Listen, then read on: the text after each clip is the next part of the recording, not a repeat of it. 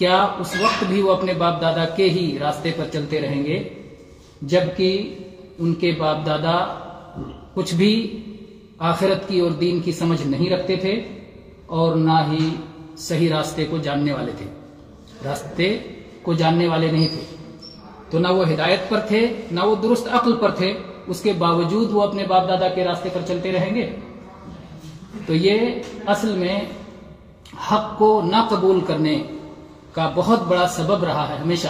انسانی تاریخ میں حق سے سب سے بڑی رکاوٹ رہی ہے باپ دادا کا راستہ۔ جب بھی حق کی بات پیش کی جاتی ہے تو کہتے ہیں ہم نے تو اپنے باپ دادا کو اس کے برخلاف پایا ہے، ہمارے باپ دادا تو ایسے، ہمارے پروج، ہمارے پرکھے، ہمارے بڑے ایسے، ہم تو فلاں کی اولاد ہیں، فلاں کی سنتان ہیں، ہم تو انہی کے راستے پہ چلیں۔ اور یہ اتنا بڑا دھوکہ ہے جبکہ وہ خود اس پر نہیں چلتے، پوری طرح قائم نہیں رہتے۔ آپ دیکھیں کھانے کے معاملے میں، تجارت کے معاملے میں، سفر کے معاملے میں، لین دین کے معاملے میں، علاج کے معاملے میں، بہت سارے دنیاوی معاملات میں اپنے باپ دادا کے طریقے سے آگے بڑھتے ہیں۔ جب ان کو لگتا ہے کہ باپ دادا کا جو طریقہ تھا وہ طریقہ صحیح نہیں تھا، اس طریقے سے بہتر طریقہ دوسرا ہے، تو چھوڑ دیتے ہیں۔ ہمارے یہاں ایک مثل بولا جاتا ہے کہ دادا کہے سرسویے لا دیو،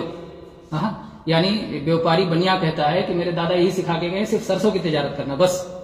تو سرسوں کی تجارت میں اگر کساد بازاری چل رہی ہو، نقصان ہو رہا ہو، گھاٹا ہو رہا ہو، تب بھی سرسوں کی تجارت میں لگے رہیں گے، چھوڑ دیتے ہیں اس کو۔ تو دنیاوی معاملات میں اس کو اختیار نہیں کرتے، وہاں اپنی سوجھ بوجھ کو، عقل کو جو اللہ نے دی ہے، جو روشنی عطا کی ہے، اس کی روشنی میں اپنے ذہن کو کام میں لاتے ہیں۔ لیکن